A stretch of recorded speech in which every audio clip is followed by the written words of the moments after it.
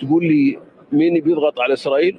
الا امريكا هي اللي ممكن تضغط على اسرائيل. العرب غير قادرين اليوم على الضغط على عرب دول الجوار تستطيع ان تضغط، واتوقع ان يكون البيان شديد التصعيد، واتوقع ان يتم التهديد بفتح معبر رفح بدون التنسيق مع الاسرائيليين، لان هذا البند موجود في اتفاقيات كامب ديفيد. على فكره اللي مش فاهمته الناس ان هذا البند فتح المعبر والتنسيق يجب ان يتم مع الاسرائيليين لانه موجود في اتفاقيه كامب ديفيد. هذا البند قد يكون عرضه للتجاهل بان تدخل سيارات الاغاثه وان تدخل المساعدات الانسانيه من خلال معبر رفح.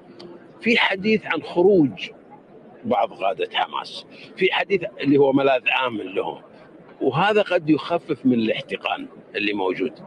أنت تتكلم على كارثة كبيرة مرت على الشعب الفلسطيني في غزة. شو حصلنا من هالكارثة لا أعلم.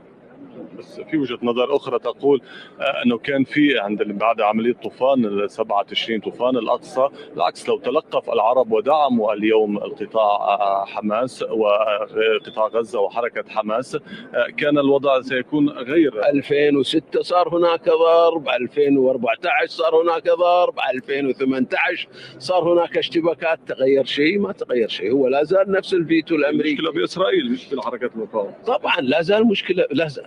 لكن قادة إسرائيل بعد وقوف الحرب كلهم راح يتحاسبوا ويتحاكموا، الشعب راح يحاكموا. من سوف يحاسب إن كان هناك أخطاء قادة حماس؟